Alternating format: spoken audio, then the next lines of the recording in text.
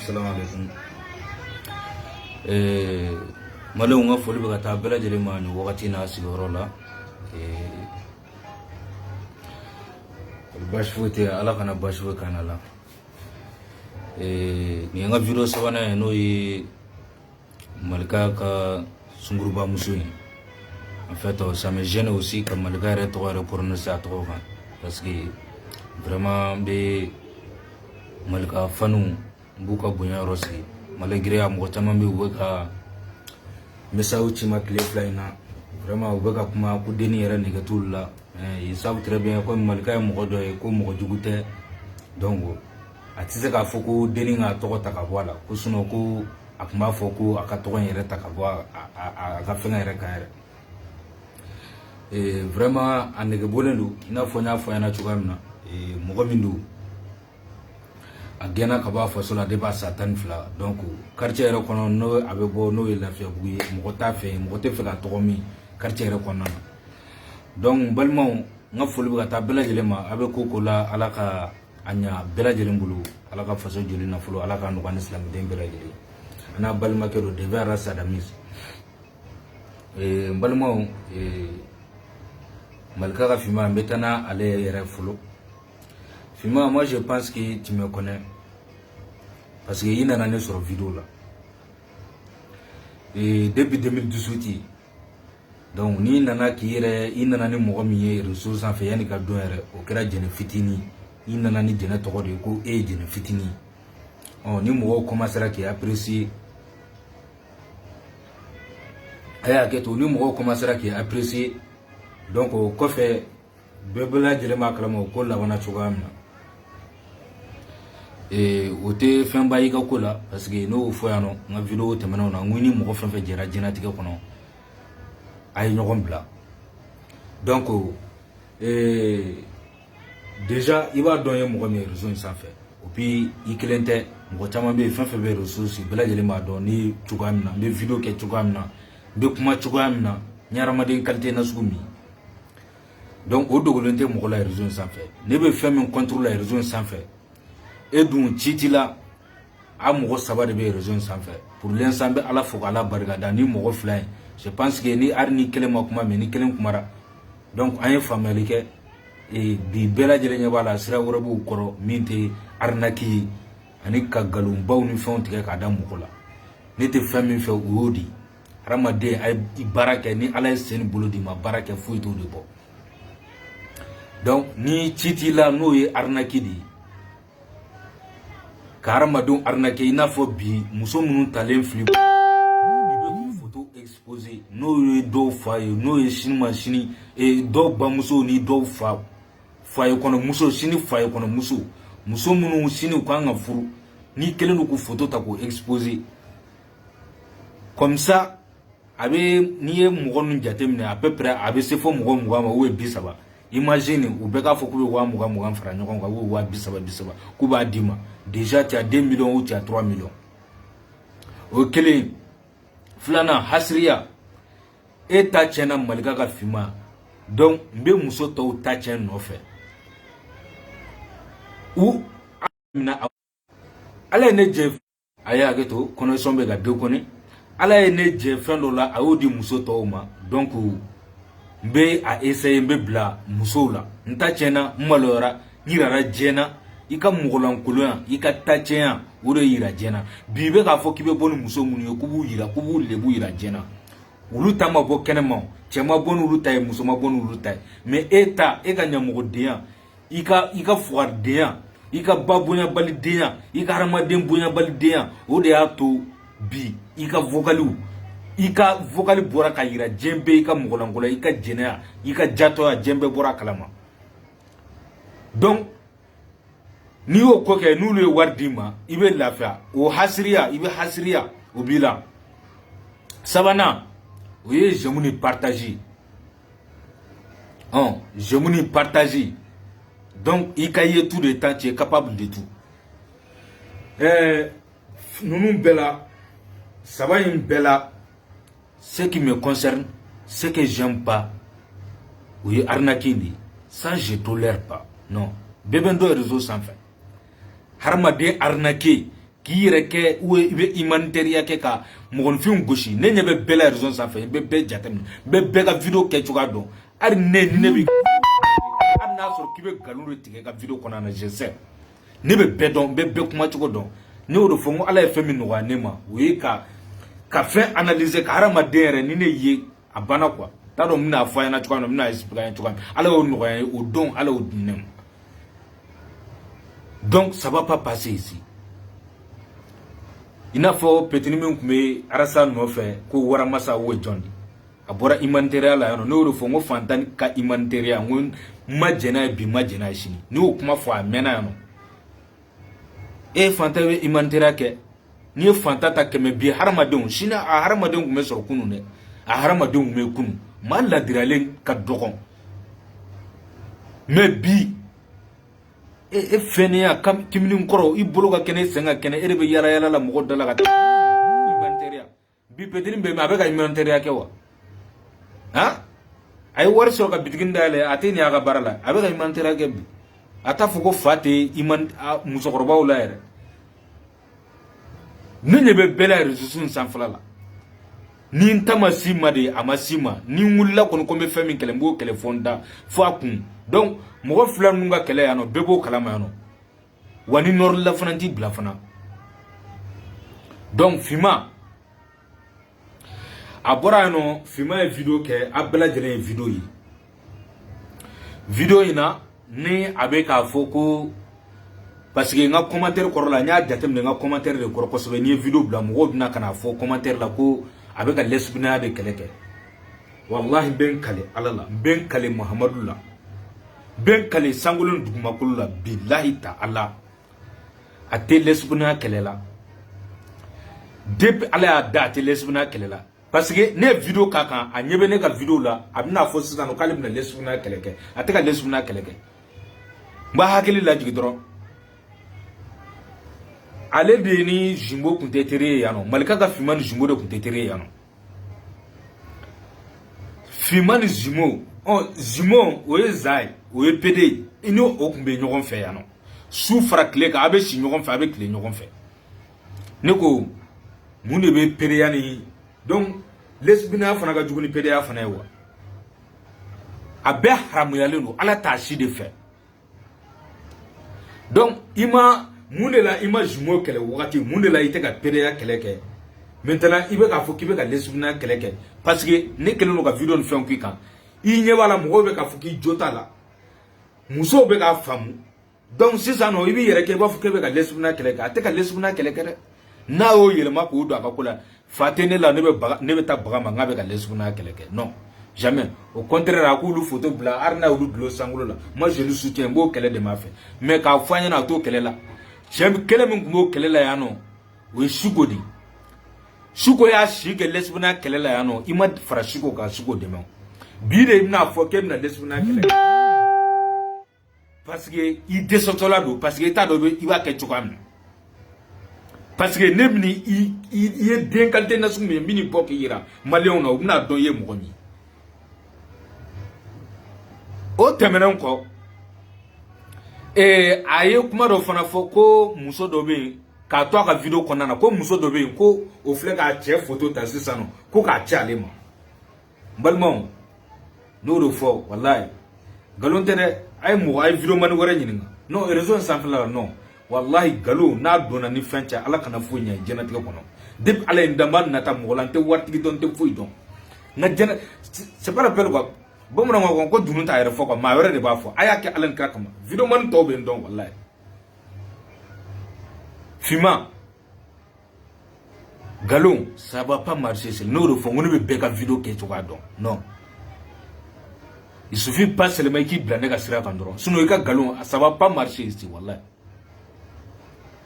A koko muso do flesses an ko muso do e a cheka fanga wole ko go chalema ne de a fa na bi malon galon do bi galon do sini muso chima a che photo ta ka che Fima ma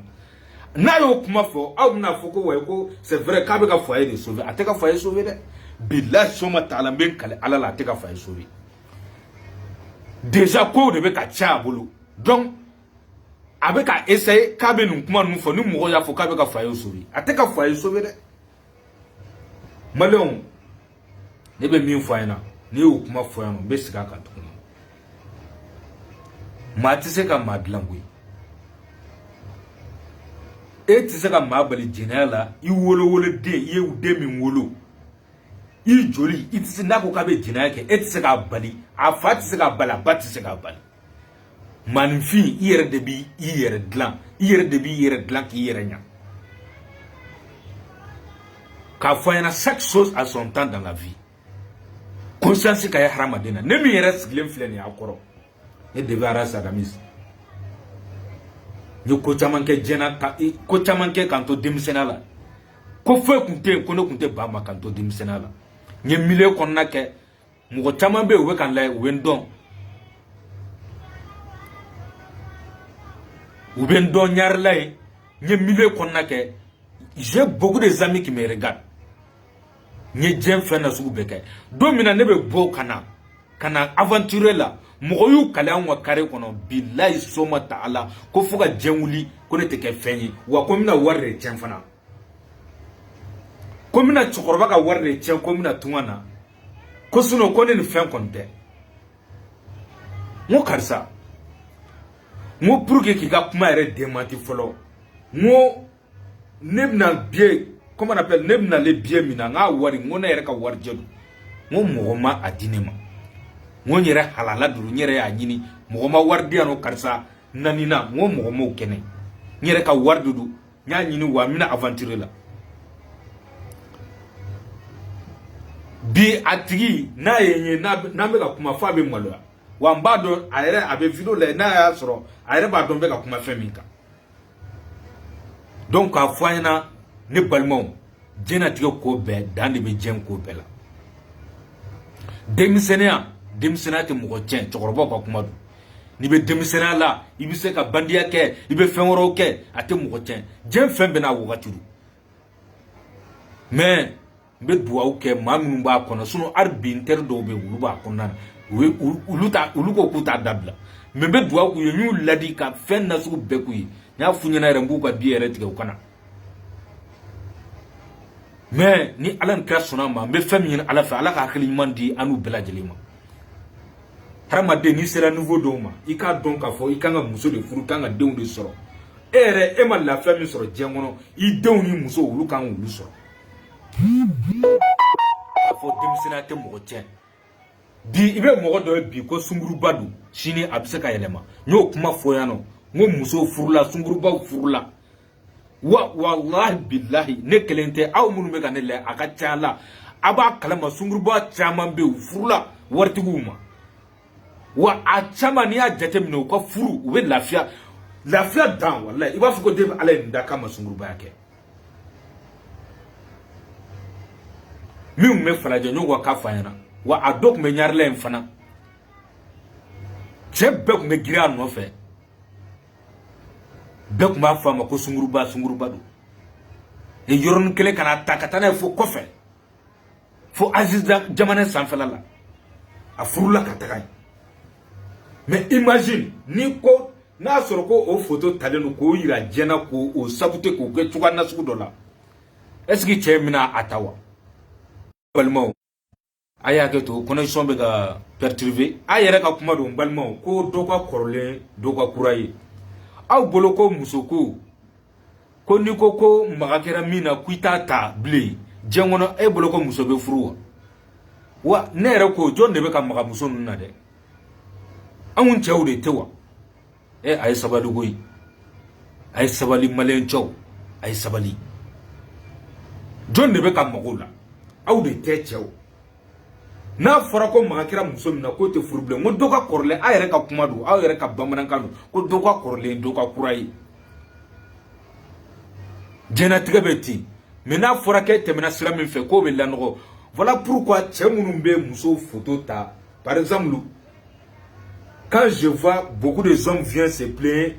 cɛw de bɛ yen sinon balakaw ne tɛ jigin aw la aw ye faamuyali kɛ a ye faamuyali kɛ n ka vidéo bɛɛ n y'a ye k'a fɔ a ye faamuyali kɛ ko ninnu na mais cɛw de bɛ k'o plaindre et pourtant aw de ko yɛrɛ bɛɛ la base ye fɛn dɔw bɛ kɛ hadamadenya na moi je n'arrive pas comprendre ça et regarde bi réseaux sociaux la musomaninw photo musomaninw ka vidéo u bilalen don fan bɛɛ fɛ jɔn de b'a kɛ aw cɛw tɛ comment cela c'est possible ne tɛ se k'o imaginer cogoya min yɛrɛ la o bɛ se ka kɛ ne n t'a dɔn n bɛna fɔ a ɲɛna cogoya min na ko ne ni muso jɛra i kana dan dɛ diɲɛ fɛn bɛɛ kɛ ne la jamais wallahi i lankolon kɔni ko ne b'o bila non jamais dans la vie jamais dans la vie t'a dɔn n bɛna fɔ cogoya min na hali ni b'i minɛ k'i bugɔ de k'i yɔrɔ dɔ kari mais k'a fɔ ko n b'i lankolon de bila non ça me sert à quoi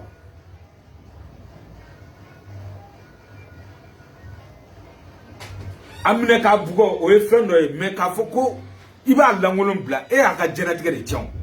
c'est pas que aujourd'hui c'est le même hadamaden i dusu bɛ bɔ sisan nɔ i dusu bɛ tila ka da tuguni ça fait avec a kɛra de non n bɛ taa fiɲɛ k'a la o ka sɔrɔ a tɛ n tɛ n'a sɔrɔ n ka moto fiɲɛ bɔ ko ayiwa ne b'a fiɲɛ bɔ wala o fana bɛ kɛ tuguni wa o bɛ kɛ tuguni i b'o fɔ kɛ i b'a fɔ mɔgɔ min t'i dɔn kɛ ala ka masa a y'a kɛ to ne balimaw donc k'a fɔ bɛɛ lajɛlen ɲɛna ne balimaw mɔgɔ bɛ o fɛn na sugu ninnu je ne sais pas comment cela c'est possible ka hadamaden k'a lebu k'a ka diɲɛnatigɛ cɛ a bolo pour rien an ka sabali nafa foyi t'a la cɛw a ye sabali n y'o de fɔ n ko i bɛ cɛ de bɔlen comment on appelle yanni n ka se o yɔrɔ ma Gabon président y'o de fɔ mɔgɔ caman b'a kalama Gabonenw caman tulo bɛ na Gabon président o de fɔ a ko ni maliyɛn n'a fɔra ko maliyɛn minɛna sɔnni na ko wuli ka bɔ a kɛrɛfɛ k'a tigilamɔgɔ ye nkalon de tigɛ ko bilahi ko maliyɛn tɛ zon ye ko mais ko n'a fɔra ko maliyɛn minɛna i ka muso la i ka muso kan ko kelen ni ko nkalon tɛ dɛ munna cɛ ye kuma fɔ parce que n t'a dɔn ko jogaramɛ dɔ de bɔra a yɛrɛ sunguru n t'a dɔn président den don ou président yɛrɛ de kun don wa a yɛrɛ sunguru Gabon kɔnɔna na yen a bɛ sunguru min nɔfɛ dɛ ko jogaramɛ petini dɔ de fana kun bɛ bɔ ni o fana ye donc k'a yɛrɛ osu bila maliyɛn k'a ko cɛ yɛrɛ la ko o bi a ye muso minɛ cɛ la k'a ko cɛ yɛrɛ la non ko les Maliens vraiment avec des femmes non ça il blague pas donc vraiment a nga sabali an ka hypocrisie dabila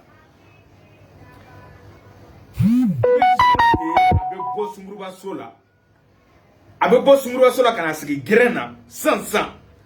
i bɛ muso fana ye a taara sunguruba min ta sisan nɔ i b'o tɛmɛtɔla fana ye tuguni kɔrɔ a bɛ tila tuguni k'a fɔ sunguruba ma ko nin jahanaba kɔnɔ den lajɛ ou k'i ka nin dan ka den lajɛ ne ko mun de b'a kɛ dan ka den a bɛ fɛn min kɛ la n'o ye jɛnɛya ye o haramuyalen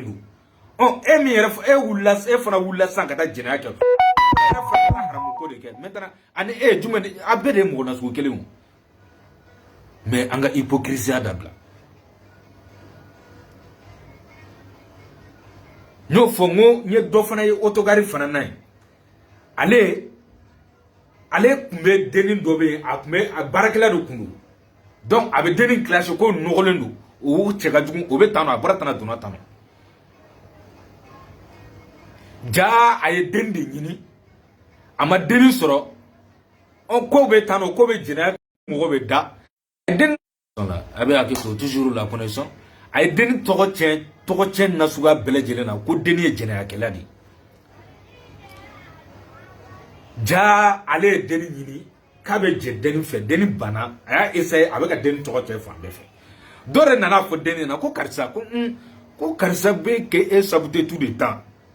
a b'a k'i nɔgɔlen don a b'a k'i cɛ ka jugu a b'a k'i ye jɛnɛyakɛla ye ko mais ko comme on appelle a bɛ k'i tɔgɔ cɛn denni k'a ma ko c'est normal k'a k'o kɛ ko parce que k'ale ɲini k'a bɛ ja d'ale fɛ k'ale ma sɔn donc imagine an ka sabali n'o fɔ n ko cikatɔli bɛ bɛɛ fɛ yen an ka sabali bamananw ka kuma k'an ka boli dɔ to bɔrɔ kɔnɔ k'a sɔn an ka sabali cikatɔli bɛ bɛɛ fɛ yen mɔgɔ si kana fɔ k'i bɛ finma dɛmɛ nin bêtise in kan a bɛ ka bêtise min kɛ nin mina kuma su in na n ye tɔ ninnu kɛ video kunkuruni de ye mais mina le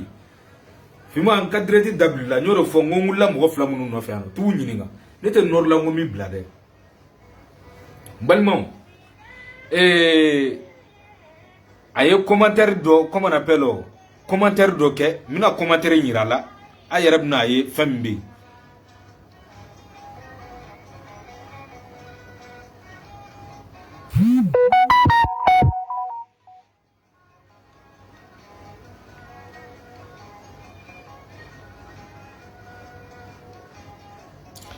n t'a dɔn commentaire min bɛna ye cogoya min na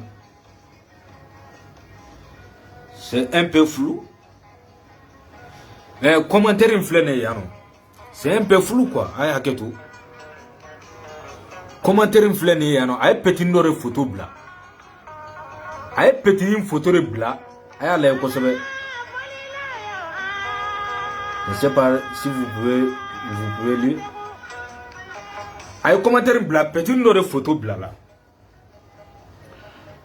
a y'o petini photo bila ko de bɛ muso wele ko ka taa di mɔgɔw ma k'a bɛ wari proposer mɔgɔw ye effectivement denni dɔ ye commentaire bila k'ale ye petini reconnu k'a ni petini ye 10e kɛ ɲɔgɔn fɛ ne balimaw n bɛ siran fɛn min ɲɛna o ye nin de n ka kuma kun bɛɛ ye nin de bi hadamaden ko i ka gundo to i kɔnɔ o ka fisa i k'a fɔ n'i y'a fɔ dɔrɔn k'a taara de parce que i b'a fɔ mɔgɔ min ɲɛna o fana b'a fɔ k'ale bɛna taa fɔ a danaya mɔgɔ ɲɛna o fana b'a fɔ k'a bɛ taa fɔ a danaya mɔgɔ ɲɛna i ka kumakan bɛ taa i ka gundo bɛ taa ten nin denni ko k'ale petini kɔni k'ale ni petini ye 10e kɛ ɲɔgɔn fɛ ne balimaw imagine nin fana bɛ taa tɔ bɛɛ fɔ u ka classe kɔnɔ denni tɔw bɛɛ lajɛlen ɲɛna mɔgɔ fɛn fɛn ka numéro b'a bolo i n'a fɔ bi ne yɛrɛ filɛ cogoya min na ni mɔgɔ fɛn fɛn classe kɛ seconde cycle kɛ ɲɔgɔn fɛ bi groupe bɛ yen ne yɛrɛ de ye groupe créé an bɛɛ bɛ groupe kelen sanfɛla la an bɛ bɔrɔw kɛ an bɛ caci an bɛ fɛn bɛɛ lajɛlen kɛ a dɔw caman bɛ yen u bɛ n ka video kɔnɔna na u bɛ k'a lajɛ imagine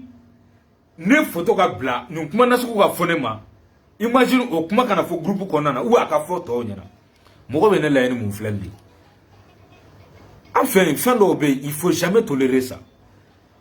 an fɛ yen fɛn dɔw bɛ yen an faso la n'o fɔra hadamadenw b'i layɛ ni filɛli ɲɛ wɛrɛ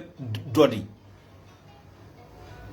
hali n'a sɔrɔ k'i bɛ baara la mɔgɔ bolo a bɛ se ka kɛ sababu ye ka baara bɛ tiɲɛ ou hali n'a sɔrɔ ko danaya bɛ yen ko mɔgɔ dɔ bɛ yen k'a bɛna danaya da i kan a bɛ kɛ sababu ye danaya in bɛ tiɲɛ ça sert à quoi finman ça sert à quoi ka mɔgɔninfin lebu e lebura i ka lebu mɔgɔ m'a si ma i yɛrɛ de y'a si yɛrɛ ma ninnu ta i taara bagu ma di pour rien k'u lebu k'u yira diɲɛna ten ko parce que ko dabara b'i kun i malo ka dɔgɔn i ta cɛnnen don mɔgɔ t'i la bɔfan t'i la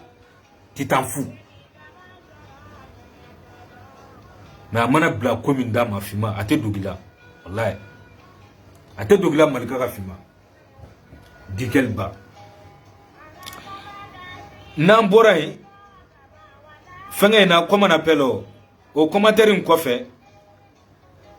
dɔ y'a sɛbɛn a ka o fɛngɛ kelen dugumala la dɔ y'a sɛbɛn anya wala petun do ya sebe ko malika ka fima yere ke yere sunguru bay ke fana ba afo mo yoro ma ko lu sunguru bay ay ko kabako du aya le ale commentaire fleur dugumala la petini ka fenga dugumala la ale de ka commentaire fleur petini ka fenga dugumala la jen kuma te jen nte na ma da petini ka jen nte na ma da petini ka a fane na abani wo ne balma ay sabalisa wa ay taga aga commentaire korla la mo fe ya opposa la ay donc posez-vous seulement la question n'a soro ko abe digi wona te digi kabe taga kabe a soutenir akan bêtise na ay sabalisa ne balma donc mo ba fa alema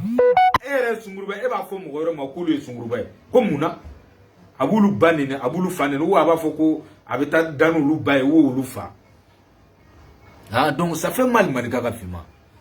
Je savais pas que ça fait mal jusqu'à ce point. Ah et pourtant on met photo publiée Amerika vocaliser à ma foje. Il a fana banine. Maintenant il va faire mon remenu c'est tout lui. Wa arni sebu ye fana. C'est pas la peine parce que bon mon kuma ko dununta yere fo ma were re ba fo ni galon tigara ka daila galon mini chembole no ni ko kibe bo kibe yere laje awla avec fen wore comme mo ka vie détruit pour rien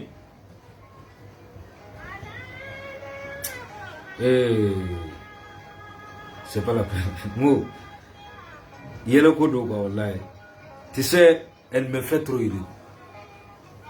Il y a une publication fana, il y a une blague, il y a une capitale qui a blague à fin quand. Il y a une fana sebe, il y a les, il y a une fana sebe, il y a une blague. Il y a un modèle c'est ça nous ko chemsonu be katu yere di musoba koroma. Par exemple, il y a fo au kumanum be début de misala la amba fo ar gere de misonu ba kuma fo. Ko chemsonu munumbe tu yere di baflama ina fo abela jele mai petru munumbe frafi petru munumbe SRL la blanc fi ou be tu yere di blanc musokorban mo be furuke par rapport à quoi wari dron wari no fe weta furu yere baflama bon aflo ko receveur ça non ko chemsonu munumbe ko ke kaleb na lu ulu kama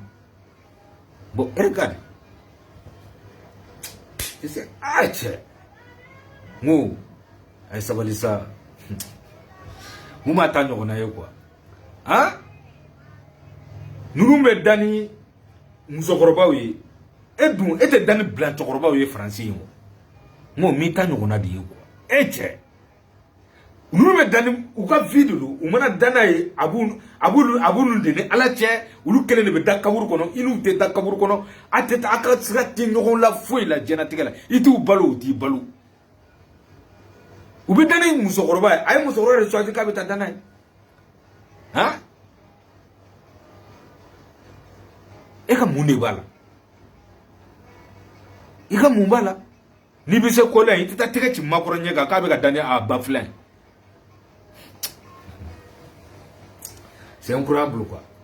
erebe dani musokoroba eko ko mo kana danay ebe dani chokoroba eko ko mo demsenu fana kana ko chemsenu kana dani musokoroba abinya de quoi je me mêle hein ne balmo femere ka geleni nimbe ma permission ni balmo muso fe ka vocaliser mais ni ala sonama video were la ni ya mba nyina fe na sona ka vocaliser mba ka vocaliser parce que nous refons moi je suis vraiment je suis pas n'était mo fenas ko dobe moi je suis pas dedans jenatika la debe sera fami ni jem fembe warama de ngashi trop mo mun be do ni be sera donc mais yene deni photo ye deni photo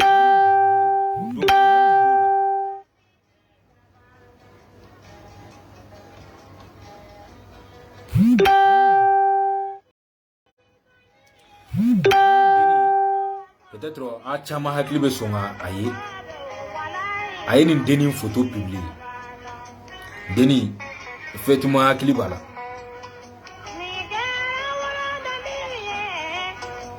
commentaire yera korla la yera baye cemison do be ka foko nin deni ko che ko nin ko kada ale de ko nin deni kan de commentaire yera ngo fendo be jengono no do fongo fendo be jengono ala kana aramadin disula no jatemne depuis nere be ntemetola do kundo nye direct nye mais depuis nye deni foté directement nya donga fongo non ngo billahi elle ça c'est elle est vraiment innocente nya fon kono direct la depuis nya foté quoi ay deni afrika innocent do photo blatano effectivement koromuso vocal chima ka fonyana vraiment ku dogomuso ka te ka dumuni ke abe kashi chugam na ka be kashiti o koli tatola fle ku yere dabali banelo na tena jaka kalanga mais deni yere sera ka don chogodi deni be TikTok de sanfla la ay vidéo ke TikTok ga ko petit ndo retara kata fenga seba ga comment on appelle commentaire seba ga fait aga vidéo dugma ka sunguru badi e ko denu ga mako munaka ba fok amaka sunguru badi ko yela ajilla ka dale fe wa ko abe mo do kale min dara ko na ba fale maka sunguru badi ko petit ngo den mako fimay de be ka ga photo bla réseaux sanfla la ko abe sunguru ba mille do konnana den tale so den tarafa kromso na on fa na le souffle ou fa na ko fa militaire de ou fa militaire di ou fa militaire den fa na le souffle ou fa na ou korage fa na policier ou kele nga fa na sisa no fa ko ma ko basita la ko ale be fami na folo a demuso fe ko na soro ko demuso ka numero ye ko demuso ko depuis ala da ko billahi ka te groupe yere kono yere deni ye mano kenya de kadai abe mano kenya sradika mano kenya de kadai de kromuso ya photo na fon be chima deni afonyana ko deni go wallahi ko soma tala kale ta ko photo sur la tukamna kromuso yere o de fo ko vraiment kale yere fana ta don ku ya ka numéro sur tukamna ne ko mango c'est très simple nganye hakili lajigi waro genetique rabiti harama di je hakili lajigi mo effectivement ngone ba ngene hakili lajigi ko do la ne ko me groupe do kono fima flene ni groupe mi flene bi na be ka foka ba keleke si Adami Soko je sais pas si Adami Soko est en direct ici là il est au courant ne de la kayela a groupe nasuga doka nyere retire ka baka mali groupe ire bayo ubenu mana kanu de bufaka mana kan jena ke chogo ni fenga nu mana kanu mais c'est leur plein droit nous ka mana kuma fo nous ka tlongen fonke c'est leur droit uyenye la ka nyere retire ka baka tla ka ajuta ka nyere la ka nyechi duma ngo he ngo akana nyele groupe kambli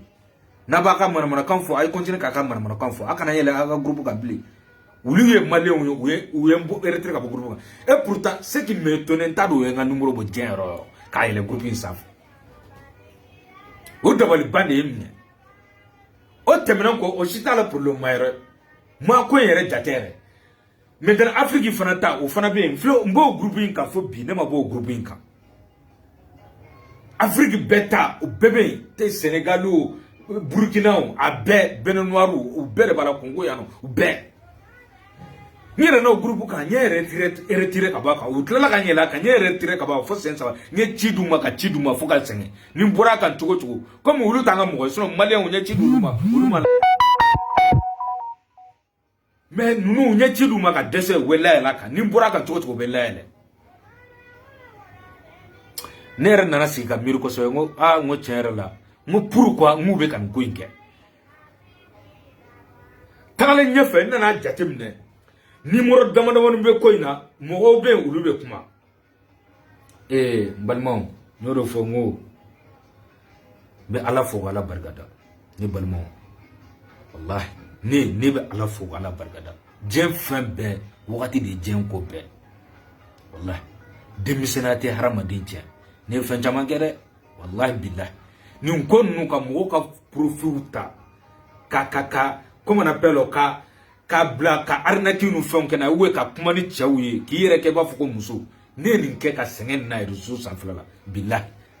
depuis connexion ko n t'a dɔn b'a fɔ cogoya min na mais ni mɔgɔ caman ye n face u kan kan dɔn Orange connexion gratuit ani Maltel connexion gratuit suguba kɔnɔna na mɔgɔ minnu k'u bɛ mɔgɔ dɔn n'u tɛ fili mɔgɔ ma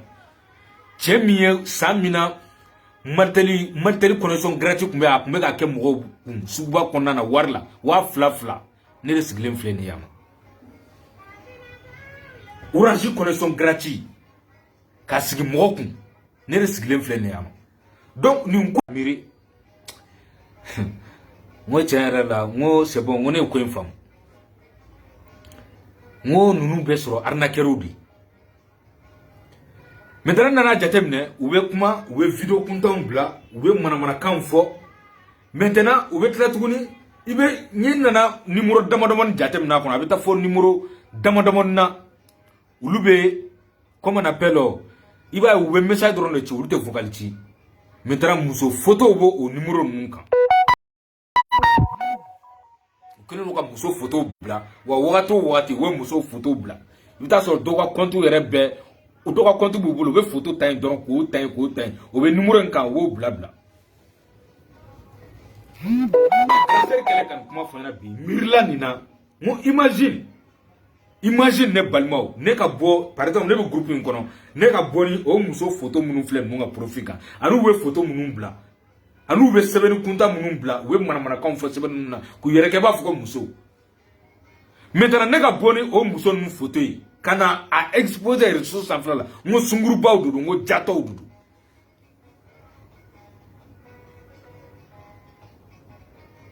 k'a sɔrɔ u t'a kalama k'a sɔrɔ u t'a dɔn yɛrɛ ko nin groupe yɛrɛ bɛ ka exister la diɲɛ yɛrɛ kɔnɔ n y'u tɔgɔ tiɲɛ wa n y'u ka diɲɛlatigɛ tiɲɛ wa n m'a tiɲɛ a n y'o de fɔ n ko grand sœur n ko a bɛ hakɛ to koyi parce que fɛn dɔ bɛ ne la diɲɛlatigɛ la je ne sais pas n bɛ ala deli a ka ye hadamaden bɛɛ la ne filɛ ɲin bɛ hinɛ turu ne bɛ n yɛrɛ bila mɔgɔ place de la ni hadamaden n'i ka diɲɛlatigɛ kɛra ni ko kɛra mɔgɔninfin na i yɛrɛ bila a tigilamɔgɔ place la dɔrɔn i b'a dɔn k'a fɔ ko nin ko in n'a sɔrɔ a bɛ digi hadamaden na ou n'a tɛ digi i yɛrɛ bila a tigilamɔgɔ place la dɔrɔn n y'o de fɔ a ɲɛna n ko ne ba vraiment n k'a bɛ hakɛ to vraiment ça fait mal bon imagine n ko n'a sɔrɔ n ko cɛ tun bɛ ka bɔ aw dɔgɔmuso nɔfɛ nin tile fila in na nin ka nin ko kuntan ye k'a sabu kɛ malika ka finma réseau sanfɛla la est ce que n ko cɛ bɛna ni o cɛ bɛ bɔ nin nɔfɛ bilen wa mais n y'o de fɔ finma mɛnni ka ko la ani tora la u bɛ ɲɔgɔn da fɛ walayi ko ni danga wulila sɛ kɔ k'a bɛ don murujago la u fa wulila n'a ɲɛfɔ comment on appelle kɔrɔmuso ɲɛna kɔrɔmuso comment on appelle u y'a ɲɛfɔ u fa ɲɛna k'u taara gendarmerie K1 na k'u taara fɛngɛ tigi kama yen convocation tigi kama yen k'u talen k'u kelen k'i tɔgɔ fɔ ko K1 na yen ko K1 mɔgɔ ko presque ko bɛɛ de bɛna plainte tigi kama yen wa K1 mɔgɔ de fɔ ko presque ko bɛɛ de bɛna plainte tigi kama yen k'i tɔgɔ bɛ yan nɔ déjà donc continue kana dabila grand sœur kelen k'o de fɔ ne ɲɛna ne ko a ma grand k'ale fa y'a tigɛ K1 na ko wa k'a taara Ture fana fɛ ko ka taa ɲɛfɔ Ture ɲɛna ne ko n k'u b'u k'u yɛrɛ sɛgɛn parce que n'i tɛ taa Mali la somɔgɔ t'i la o han dangaden fɛn fɛn fogolo diɲɛ ɲɛfɛ i filanw bɛ Faransi ye an bɛ muso gorobinɛw dɔn u bɛ réseau in sanfɛla la olu ka wasona kɛra u bɛ k'u ka sow de ta k'a yira so jɔlen étage joli jɔlen don bolo han princesse Leja ninnu han madame la présidente ninnu Asmaw ninnu Fatou Zahra ninnu u tɛ jigin ka bɔ volley yɛrɛ kɔnɔ yɛrɛ mademoiselle 40 e ɲɛmɔgɔden e de bɛ sunkuru bɛ a la den so kɔnɔna falen don den na i bolo yen i tɛ da i ka ɲɛmɔgɔdenya ma hakɛ min b'i kan na i tɛ da o ma i bɛ tila tuguni k'i b'o ta k'i bɛn'o da mɔgɔ wɛrɛw kan na han san joli i bɛ Faransi i sera ka mun de kɛ hali ka appartement i tɛ se k'o sara fika harmadon de arnaque ou ka di ju feri maintenant e fara bina fo kibe do fo mo gore ma munu fara bitu yere feri ngo kabako dando kam mo gon fun ka vie détruit pour rien hein no de fo ni yana ngo aba yere sengo parce que ni tena mali la ibi sa euro de la France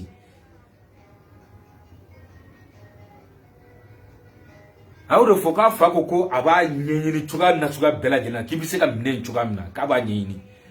kale fay militaire di ako ka ba nyenyini chuga fevra kibe mine doya foyena ko laga to danga to do bi no fe sa ko o garde corps la mamadu no fe ima fo yala folo ni take ka harama don burja ki take ka mo fum burja ka mo détruire ka mo ka vite détruire er ta chene no jengono te fuka mo gore yelen tolay ne ka vie ne te yele comme e kera saraga de e kera bofu sa fui e kera senkomban tonton e te yele foka jenguli e ta chena donc tu penses que comme mo munu be ka sungruba ke ko nya kotu ye dondola hein ibe ka muso fenfe yira o be kay lié ou bini jen fen beche mba yire la ko chete kla ku fu hein e ma dele ka e foro che kam ne o ye nyere nyena ntado mina fa yana chuwa mina ko muso konoma a muso aye muso furu muso konoma kundu ubuna do doguna ay dona ka foko muso konoma do bela ko ka be muso fe eta la muwere ha est-ce que on est obligé ka fo chena a to ya konoma do ne sunguruba de wa bura kana dona tan de quoi je me mêle e ka mumbala arna ker de nu abe raison sans flabla wallahi so bi coup de fen ben toro ni be ko fe we nani barunu gambi nunu be nyoko soro we mamala nu ulu ka numéro pour moi ulu be ka jala wallahi sunu aw fuwa de nasku nu mo re kangi dado aw dala jengono ha ari bizu siraba mi isi go no fe ibe palon palola o no fe sufra clé ka demsen to ku me ulu ka du konana ima boka blola e réseaux sociaux sans flala kuma be jengono ma boka fo yana aba kono ko dabara ba o kelen doron de kuma hein fugar de saratan de sirantere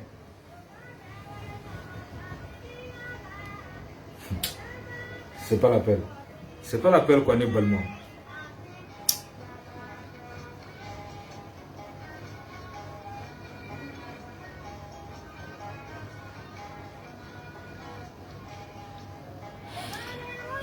mina classe kan ke video e kabla ate dogo mola bela jere mai mina ke video akwa ni danga de ni fuwa de ngulule akwa ke alan kra kama akwa ni sigilele a werege te fle kena maban ha a fuwa de werege te fle kena ma ni fram na foko alibna education fo mo yana mo c'est pas la peine quoi yele kodu wallahi yele kodu ha ni fana ka foko alibna education fo mo yana c'est incroyable c'est comme si almami ka sigilon to misiri konnana almami ka foko aywa mbalma islameu aye kulisi don kulisi ay kulisi don quoi kuma exemple lo ay kulisi don kulisi de kay haramadena ala o de fo mais almami yere glangolo jolendo almamu ka haketu almami yere glangolo jolendo misiri kono ni to de ça et alan kratche ni fana kanga fo kalbe education fo mo yana il sigilendo ibina video mi yere ke il frege tebe kenemanana e fana bina fo mo yana ko obetano ko sunguru bawe ko indication la personne est mal éduquée de ta vie d'abord imadu yere ka villa yani ki occuper mo gorela e ta chene no fo ka jengule te ke fen meleke mi yere be ka be here sebe ma no fe e ka meleke tara mena e bina mu de fo mo gorela jato dengulule anga ka jato ya kuma ulame n'a ye lamɛn a ma se fɛn wɛrɛ k'a fɔ a yɛrɛ bɛna ye nin ye sunguruba den nasugu min ye diɲɛ kɔnɔ n'a sɔrɔ ko nin kan k'a fɔ bi k'a b'a da wa k'a bɛ sunguruba kuma fɔ mɔgɔ ɲɛna karisa a bɔra tan a donna tan nɔ n'a sɔrɔ ko nin kan k'o fɔ mɔgɔ ɲɛna aw ne an bɛn'o dɔn sisan nɔ.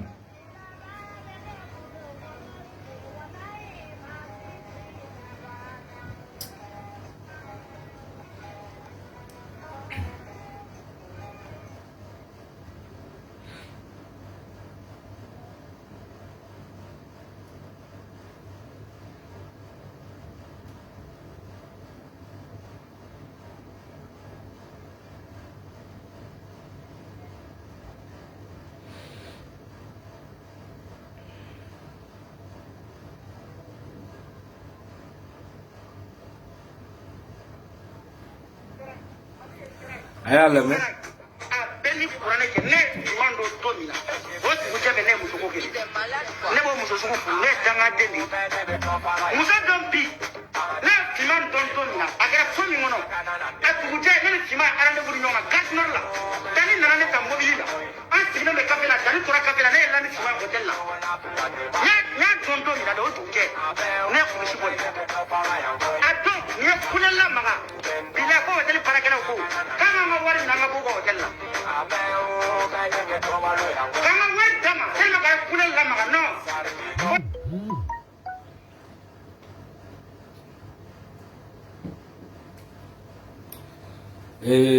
ne balmo abela jele ayen la me woni ha ni chere eni che nyogon domina depo don follow parce que Suko mon frère Suko mo kabako do sa don be furu mo o de la quoi malien muso no fo mo wallahi ni ndaro mba fa yana tukam na kwa sitane de muso fulu depuis ala ni nda amake muso ya refe billahi ni nda afere ni madeliga kafe wa fuka jenguli nte kafe muso parce que elle sait très bien fuka jenguli matene yefu no fo mu tacha kwa mu ne be elabli ha i bleman be bana fo te la kolo jalan dron de bi fo te ela i blema bebana ya rien là-bas kolo jalan de bi ayre bado elle sait très bien motena le fru ale ba sa tuwadla ibe sa sunguru bayala donc c'est voilà pourquoi ibe wuli ka bla haramadona ku bu to tien ubu mangwe ubu ka jenatike tien bulu hein ay ekunteo wallahi ni Suko de kunye furu mo kumbe jigi Suko de la bari ni Suko de kunye furu mo kumbe jigi Suko de la che ha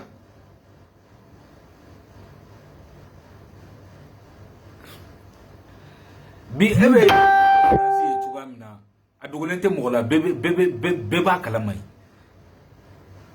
kera yere be ka warde di ibe ta war mine blauna ibna di malen chemson ma wala sika sega jenuyi bebo kalama fima franci bebo doy na soro gasbi ga kuma ki dogole nuru dogole tere ha kuna ntari nyomoti franci muso bebo kalama yi ebe ka ta warde mine ibe ta dani blanchouye blanchokorobaouye ka war mine ulla maintenant iga ini wala si nanga choka sega dafika warde duruma John Befu hein John Befu musomi opi fabo ira ko fo mo ba fa ka komata ko les filles faciles abe bora kan me yare est-ce que yare filles faciles plus que toi il mo ga nyogo e domina ka nyogo ndo era dugse jebe ka danatigi ka shatigi bulu ya filles faciles que toi hein da barabayala mo dala iba foko ala ye da fana ya anto da hein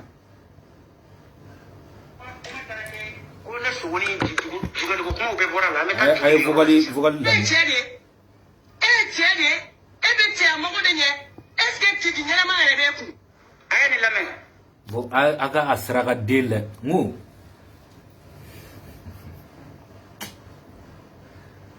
musa ala kambe sabo mo ala kana ramadi ala kana ifli boro ma yo wallahi haramadin da ki ke jengono nantan kulum ta fantila na fantila haramadin yare bafyere erela ha da baraba dia la eruzusu sanfala le ko fadi bila e bloqué e dabra ko I dabra ngona le te bekwa bebe se kuma la koyi bebe se burjalla mais mogo ti ubla I ka nyamogo dia ibe nyamogo dia na wolo so dia na mogo tu ubla o de fe koyi sono bebe se ta ngona na mi yere ke iba fo ibi ni bekera ka fokali kofe di mola danga de mogo hakila ko fuka jangula te kuma rezo sanfɛ mogo yɛrɛ bolo mogo ta kungolo ye ble rezo yɛrɛ sanfɛla la mais danga den tala ka bɔ o bere kɔfɛ k'a bɛ tila tun k'a bɛ kuma ko sogoni bɛ siko kun wa ni sogoni bɛ siko kun ni sogoni ta kun a ye fokali tɔ lamɛn an bɛna o dɔn I yɛrɛ da kun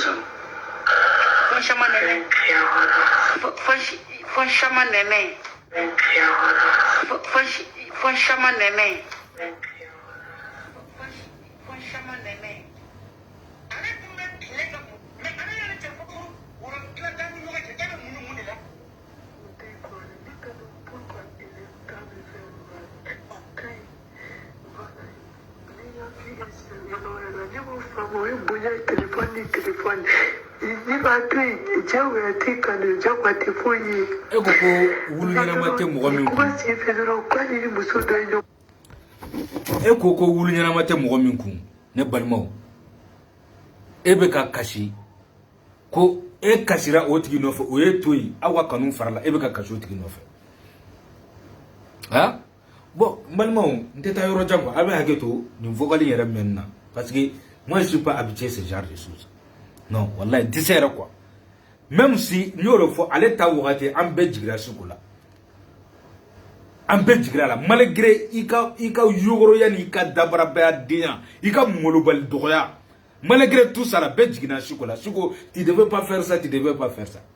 maintenant ne bɛna exemple fitini de ta ye c'est comme si ne kun ka taa suko ne ka taa suko ka téléphone ta ou ale yɛrɛ finman ka téléphone ta ne ka se ka bɔ ni u ka nin vocal ye ni enregistré n'o suko kun ou enregistré n'o ale yɛrɛ kun parce que a yɛrɛ fana ye suko enregistré a yɛrɛ fana bɛ tila ka bɔ n'o ye a dangaden fana bɛ tila ka bɔ n'o ye k'o jeu kɔfɛ maintenant ne ka taa ka nin vocal in ta olu cɛla ka bɔ n'a ye ka na sigi réseau sanfɛ n ko Malika ka finman ye sun mais a mun nafa de c'est ta vie a mun nafa de bɛ se ne ma bon c'est le même qu'avec les gens là pourquoi il bɛ taa ka taa don u ka groupe kɔnɔ ka taa baga mɔgɔw ma ten u b'u ka manamanakan fɔ la u b'u ka jɛnɛyakan fɔ la e filɛ ka manamanakan minnu fɔ ani ninnu ta il y a quelle différence entre eux a bɛɛ tɛ manamanakan de ye wa hein dis-moi où est la différence mais n y'o de fɔ n ta tiɲɛnen don n bɛ fɛ ka mɔgɔ dɔw ta tiɲɛ mais ayi a da bɛ ja olu la ka tɛmɛ e kan n y'o de fɔ fɛn b'i nɔfɛ a bɛ ku I la ɲama hadamaden ɲama de wulilen don I nɔfɛ a bɛ ku I la walayi ko mɛjan ta tɛ yɛrɛ kana dabila dɛ an ka taga e bɛna mun de fɔ anw ɲɛna I filɛ ka deni cɛ nin ye kalan tatɔla filɛ deni tɛna se ka kalan kɛ wa n'a ɲɔgɔnna caman I ye ɔkɔliden dama min publier k'u bila ko denmisɛnnin fitininw a bɛɛ bɛ san 17 san 18 u bɛɛ bɛ lycée de la ku photo ta ku publier bi ni ko clé na Facebook sanfla le faux profil be muso de photo talen no ku bla faux profil sanfla la u yere ta kala ma je ngona yere maintenant ne ko kebo tigila mo ko mine no o faux profil edu hein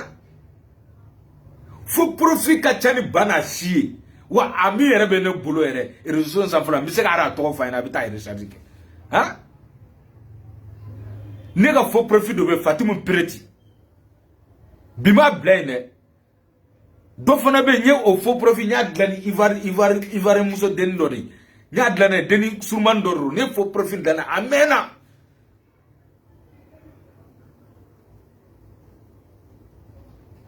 a photo muma photo chedron kanana maintenant imagine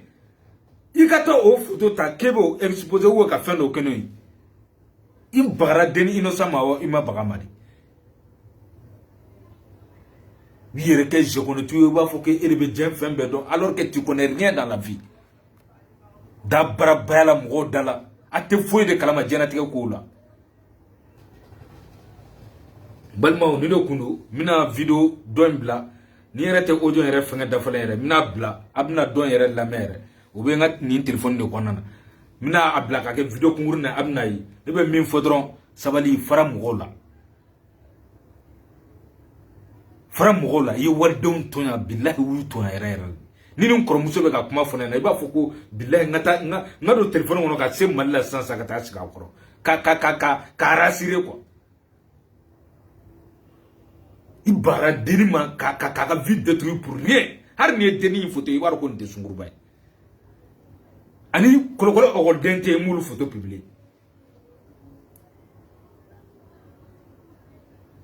dossier tali club du kono ni nous ka groupe ci bi kono touré be dossier ta iga mogo bla ka ta di touré may no fiye na ngoni touré jabi femina wala o bien ha touré be saka mogo bali ko te jena yake est-ce que ni nga kene yarawo ha est-ce que ku ngolo ka kene yare mogo saka mogo bali bi jena tika ame wajuru de ke ame duwa de ke jena may ni yake ibe halaki ni sara I sube tuli jena kala sube tuli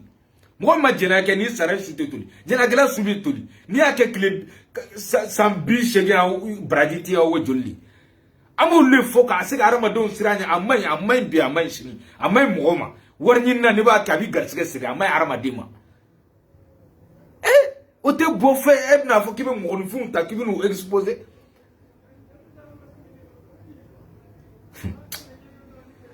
sinon quand tout ça ta ikata di touré ma kube ka mogo bla sunguru bayala ou kube ka démission recruter ko to bla c'est leur choix c'est toi tu leur nourris ibu don so mogo be tukamna ibu don be balo tukamna ta dossier ta ikata di touré ma quiconque je t'envoie prendre le dossier allez donner ça à Touré ce qu'il va te répondre tu vas attendre ça et c'est pas ça ne munde ka inyugona doidro tiba ka vide détruit mo kele de mo frère fo mo bade demisen innocent ku taku exposé kebe sungurba keleke en pedo ni fon jerano en mu mo langolo na suma jejenuna ini jem fen na su bela jere jerano emolu kele ema pedo kele inu lu minu meshi tlanga maintenant de ba ina fo kebe sungurba kele o mun saraka den damne toladi o mun kalabanci den damne toladi arnaqueur den abaka arnaki na ga marmana ko abe barake ni be ko fe wallahi abe barake ni be ko fe fugar den ate marché ano kane kon to réseau sa fa te mo si te tolero la billahi ni ya ke ni yen jabi man jabi nan soro iga sira nyefe itise kan jabi yere fana parce que no ro fo kuma ay kana damare atabulu nan na tugo atu yen ga kuma yere adamne fotron ibna laba femina mbadon déjà dans ma tête tene don me mo ne don naturellement muguni nyom mo fla mi fina wendo tanyin ngalukula saraka dengulle mbalma mbabla no bitla ka video kungurne ka bla abela jeremba alame ana wurege te wokalelu abna ina soro ko ni kanga mo edike woni ni manga mo edike abela jeremna bo aklama assalamu alaikum